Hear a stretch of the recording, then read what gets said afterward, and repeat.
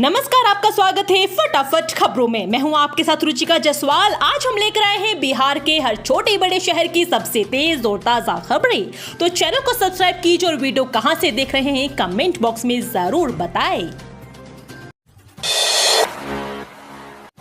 Engineering और ITI की fees नीति सरकार ने कर दी कम, मंत्री ने दी नई जानकारी। जेडीयू के कार्यकर्ता सम्मेलन को संबोधित करते हुए राज्य के ग्रामीण कार्य मंत्री सह जेडीयू के राष्ट्रीय महासचिव अशोक चौधरी ने शनिवार को कहा कि मुख्यमंत्री नीतीश कुमार के नेतृत्व में बिहार लगातार विकास कर रहा है। नीतीश कुमार बिहार को उस ऊंचाइयों पर ले जाना चाहते हैं जहां से चाहकर भी कोई उसे नीचे नहीं ला सके। अशोक चौधरी ने कहा कि 2025 में एक बार फिर नीतीश कुमार के नेतृत्व में बिहार में एनडीए की सरकार बनेगी और हम 225 सीटें जीतेंगे। मंत्री शहर स्थित किसान मैदान में शनिवार को आयोजित जिला कार्यकर्ता सम्मेलन को संबोधित कर रहे थे। ठंड ने तोड़ा 4 दशक का रिकॉर्ड। बर्फीली और पछुआ हवाओं का असर, न्यूनतम पारा पहुंचा 5.5 डिग्री सेल्सियस। मुजफ्फरपुर सहित उत्तर बिहार के अलग अलग जिले में ठंड में तेजी आ गई है। दिन के तापमान के साथ रात के तापमान में आई गिरावट से ये और ज्यादा बढ़ गई है। सुबह और शाम में ठंड से लोगों की मुश्किलें बढ़ गई है। बता दें कि बीते 5 से 6 दिनों से मौसम में बदलाव का दौर जारी है और रात के तापमान में बेहद कमी आई है। खासकर आधी रात के बाद से ज्यादा इसका असर महसूस किया जा रहा है। पिछले 3 से 4 दिनों से यही स्थिति बनी हुई है। बताया जा रहा है कि पहाड़ों में हुई बर्फबारी का असर मैदानी इलाकों में भी महसूस किया जा रहा है। इससे यहाँ भी ठंड बढ़ी है। वहीं सुबह में धूप खिलने के बाद भी ठंड महसूस की जा रही है। बता दें कि बुधवार को दिन का अधिकतम तापमान 19 डिग्री के पास रिकॉर्ड किया गया। वहीं न्यूनतम तापमान 6 डिग्री रिकॉर्ड सेल्सियस के नीचे यानी 5.5 डिग्री सेल्सियस पर दर्ज किया गया है। बिहार पुलिस में असिस्टेंट सब इंस्पेक्टर की भर्ती, नहीं देना होगा फिजिकल टेस्ट, जाने रिक्तियां। बिहार पुलिस अधीनस्थ सेवा आयोग ने राज्य के गृह विभाग में स्टेनो सहायक उप निरीक्षक की भर्ती के लिए एक आधिकारिक अधिसूचना जारी की है। यह भर्ती अभियान राज्य पुलिस बल में एक आशाजनक कैरियर की तलाश करने वाले उम्मीदवारों के लिए एक शानदार अवसर प्रस्तुत करता है। इस भर्ती अभियान का लक्ष्य स्टेनो सहायक उप निरीक्षक के कुल 305 पदों को भरना है। शिक्षकों के काम की खबर, शिक्षा विभाग ने काउंसलिंग के लिए नया अपडेट किया जारी। बिहार लोक सेवा आयोग की ओर से प्रधान शिक्षक और प्रधानाध्यापक की परीक्षा पास कर चुके अभ्यर्थियों के लिए काम की खबर है। शिक्षा विभाग ने काउंसलिंग की तिथि में फिर से बदलाव किया है। शिक्षा विभाग की ओर से जारी पत्र के अनुसार प्रधानाध्यापकों और प्रधान अध्यापकों की काउंसलिंग अब 20 दिसंबर से शुरू होगी। यह 7 जनवरी तक चलेगी। काउंसलिंग की प्रक्रिया अध्यापकों के पदस्थापना वाले जिलों में ही होगी। बदल जाएगी मुजफ्फरपुर की सूरत, युवा अब रोजगार के लिए नहीं होंगे परेशान। 788 एकड़ जमीन पर लगेंगे बड़े उद्योग। बेला और मोतीपुर के बाद अब पारो और सरैया में उद्योग विस्तार होगा। इसकी कवायद शुरू हो गई है। प्रथम फेज में भूमि चयन, हस्तांतरण और अधिग्रहण की प्रक्रिया होगी। इसके बाद हितबद्ध रेतों को मुआवजा भुगतान और तृतीय फेज में इंफ्रास्ट्रक्चर का काम किया जाना है। इसके लिए शनिवार को पारो सीओ की ओर से 3 मौजे में 788 एकड़ 21 डेसिमल भूमि चिन्हित करते हुए जिला भू अर्जन कार्यालय को रिपोर्ट भेजी गई है। बिहार में बनने जा रहा है 3 नया एक्सप्रेसवे, कई जिलों में जाना हो जाएगा बेहद आसान, जाने रूट। बिहार में इन दिनों कई बड़े प्रोजेक्ट्स पर काम जारी है। पटना में मेट्रो और एलिवेटेड रोड का निर्माण कार्य किया जा रहा है।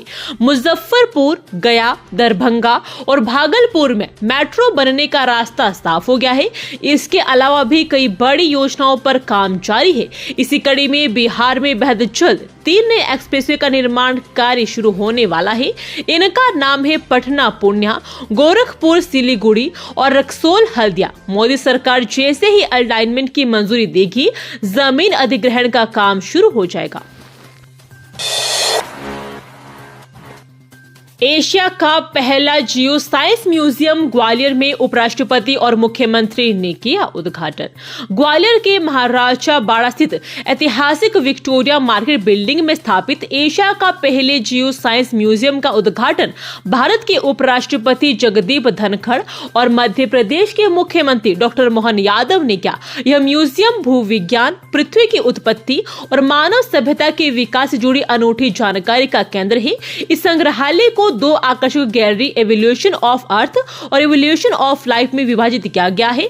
यहाँ पृथ्वी की उत्पत्ति, डायनासोर का युग, पृथ्वी के केंद्रीय कोर और भूगर्भीय घटनाओं को अत्याधुनिक तकनीकों और लाइट इफेक्ट्स के साथ दिखाया गया है। म्यूजियम में ज्वालामुखी, भूकंप और महासागरों से संबंधित जानकारी बेहद प्रभावी ढंग से प्रस्तुत की गई है।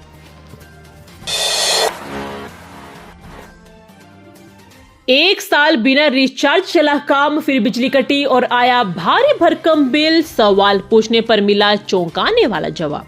बिजली विभाग के कारनामे अक्सर चौंकाने वाले हो रहे हैं। स्मार्ट मीटर लगने के बाद चौंकाने वाला मामला कुछ कम हुआ तो आश्चर्यजनक मामले सामने आने लगे।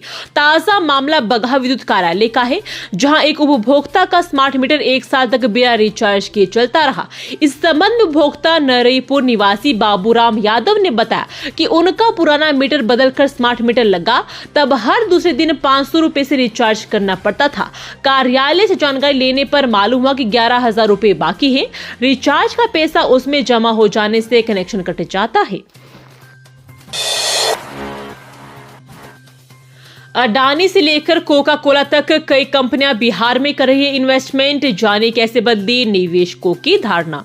बिहार को कभी उद्योगों के कम अनुकूल माना जाता था, हालांकि अब हालात बदल चुके हैं। आज राज्य अपने विशाल संसाधनों तथा प्रगतिशील नीति के साथ अडानी ग्रुप से लेकर कोका कोला जैसी कंपनियों से बड़ा निवेश हासिल कर रहा है।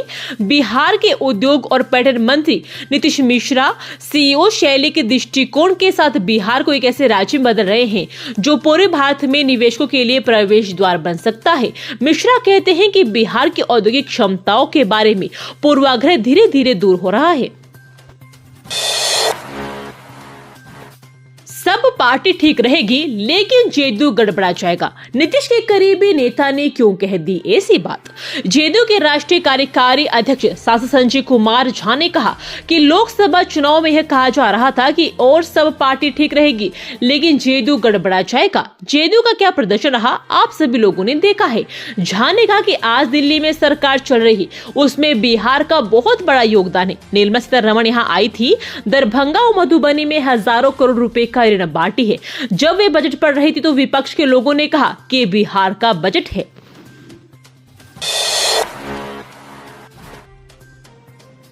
बक्सर में चौथे राष्ट्रीय लोक अदालत 2.68 करोड़ की समझौता राशि के मुकदमों का सुलह के आधार पर निपटारा।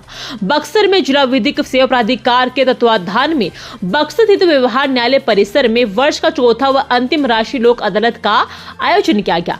कार्यक्रम का उद्घाटन प्रधान जिला एवं सत्र न्यायाधीश सह अध्यक्ष जिला विधिक सेवा प्राधिकार हर्षित सिंह, कुटुंब न्यायालय के प्रधान मनोज कुमार, जिला एवं सत्र न्यायाधीश प्रेमचंद्र वर्मा, डीएम अंशुल अग्रवाल, अवर न्यायाधीश सह सचिव जिला प्राधिकार नेहा दयाल उपस्थित ने दीप प्रज्वलित कर उद्घाटन किया। मौके पर न्यायिक पदाधिकारी व कार्यालय कर्मचारी मौजूद रहे। कार्यक्रम का संचालन chief legal and defence council system के निविनी कुमार सिन्हा ने किया। महाबोधि मंदिर बुलेट प्रूफ की सुरक्षा में पर्ची के माध्यम से मिली थी बम से उड़ाने की धमकी। जाने बिहार के गया जिले में स्थित विश्व प्रसिद्ध महाबोधि मंदिर को बम से उड़ाने की धमकी मिली थी। मंदिर को बम से उड़ाने की धमकी के बाद बिहार पुलिस अलर्ट पर है। वहीं देश के विभिन्न सुरक्षा एजेंसी धमकी भरा पत्र की सत्यता जानने में जुटी है। साथ ही गया पुलिस किसी भी अप्रिय घटनाओं से निपटने के लिए पूरी तैयारी कर ली है। महाबोधि मंदिर के चप्पे चप्पे पर पुलिस बलों की तैनाती की गई है। महाबोधि मंदिर की सुरक्षा में तैनात सुरक्षा कर्मियों को विशेष सुरक्षा उपकरणों के साथ साथ बुलेट प्रूफ वाहन भी मुहैया कराया गया है। बिहार में जमीन का खेल खत्म।